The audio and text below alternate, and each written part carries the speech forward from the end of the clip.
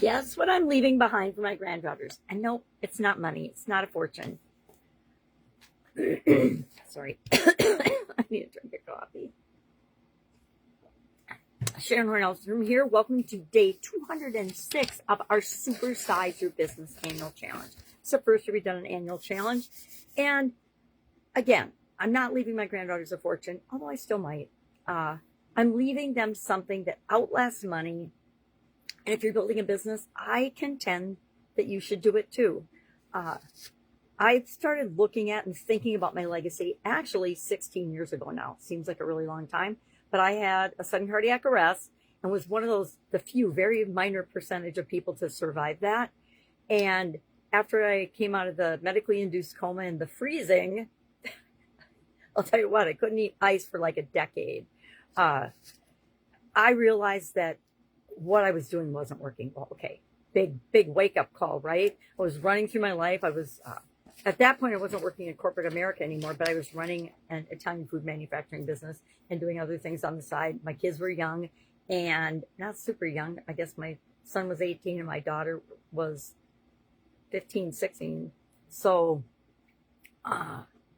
they weren't that young. I don't know what my excuse was. I think I'd just been running for so long and things in my life in different areas were falling apart that I wasn't paying attention to what was really important. And that all changed when my first granddaughter was born in 2015. I absolutely love being a grandma.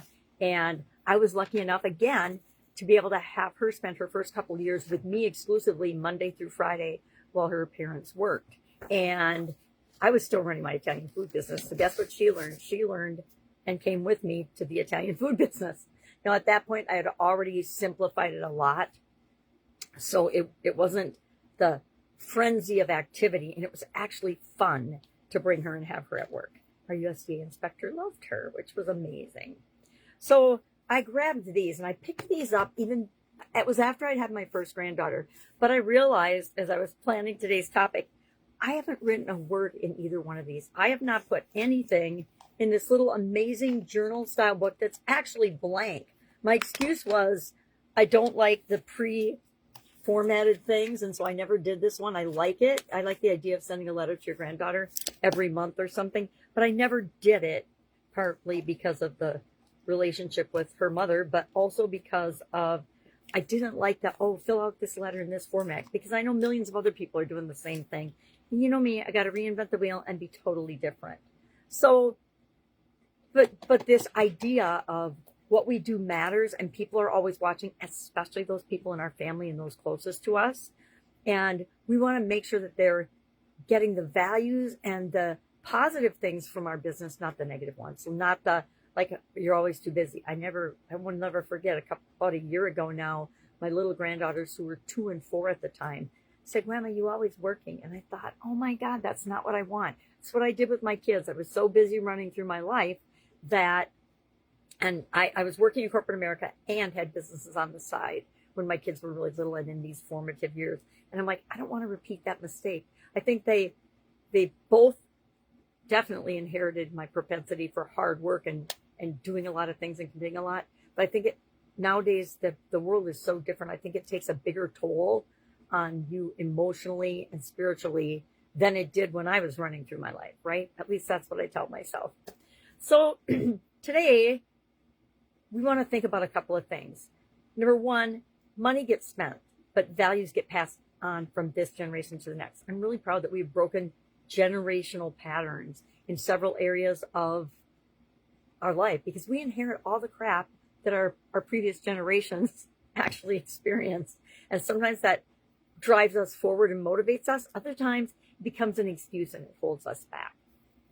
So we want to make sure that we're not just passing on in a financial legacy, because who knows if that'll really help them. Look at all the generations that build a fortune, give it to their kids, and then their kids squander and destroy the business that their parents or their grandparents spent decades building and systematizing and making awesome, only to see it destroyed by lack of participation, interest, and hard work by the next generation. That's not going to happen in my family. So what are you modeling? Ask yourself, I have to say, am I modeling what matters, or am I modeling things I don't want them to adopt? Am I modeling hustle, or am I modeling hard work and consistency and commitment and doing what I say I'm going to do? I hope I'm modeling those things. I'm also modeling a little bit of too much, right? Because I'm a lot. Sometimes I'm a lot. So I wonder where my granddaughters get it. Entrepreneurship is a generational transfer. It's why I encourage everybody, no matter who you are, to start some sort of a business. The other reason I encourage them to do that is it is the greatest personal development program you will undertake, not knowing that it's that. In addition to, and along with being a parent or a grandparent, those are huge personal development and in your face reminders of when we are and are not behaving in alignment with how we want to really show up in the I didn't realize what a worrywart mother I was until I had my grandchildren, and my sisters are like, oh my God, you're doing it again, because I guess I was a helicopter mom. Imagine that. So I have a bunch of stories I could tell about this. I think that the notebook one is a good one because it shows that I've wanted to leave a legacy for a long time. And in this way, this is actually the core reason I started doing videos. I started doing videos because I was prompted to by my coaches with respect to business and this format. But as far as doing, this is my 9th year doing a daily challenge, an annual daily challenge for personal development and growth. So obviously that's a core value of mine, right? And I want to create that and do that so that that is part of my legacy. That is part of what I am creating, hopefully to make the world a better place and help even one person with their future. Then it's worth doing. And does everyone in my family, my kids support me in this? My mom supports me in this. My sisters, not so much. But I'm not doing it for them. I'm doing it for anybody that needs to know that each and every one of us, no matter who we are, have the ability to make a positive difference in the world. And how we choose to do that is entirely up to us. We might choose just to impact our nuclear family, but by impacting our nuclear family and demonstrating for them what we want to see in the world, they will model and carry that forward. That's our legacy. I have so many stories like this that I don't have time to go into them because I will talk way over 15 minutes if I start sharing all the stories. But stories like the lecture chair. One of my daughter's friends was getting married, and she and I and my daughter were hanging out and working on some plans and things. And she said, I think I need to go in the lecture chair. And I hadn't heard that term for probably 20 years. But when my kids and their friends were little and they were thinking about doing questionable things, I would have them sit in the lecture chair and we'd talk about it, right? What's the line in the sand? Do you really want to do this? What are the ramifications? What happens if you do this? What happens if you don't do this? Things like that.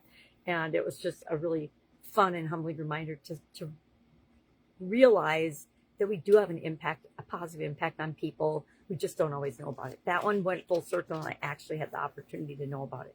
So that was pretty cool. So what is our challenge today? Our challenge today, I challenge you today to audit your business and yourself and ask yourself,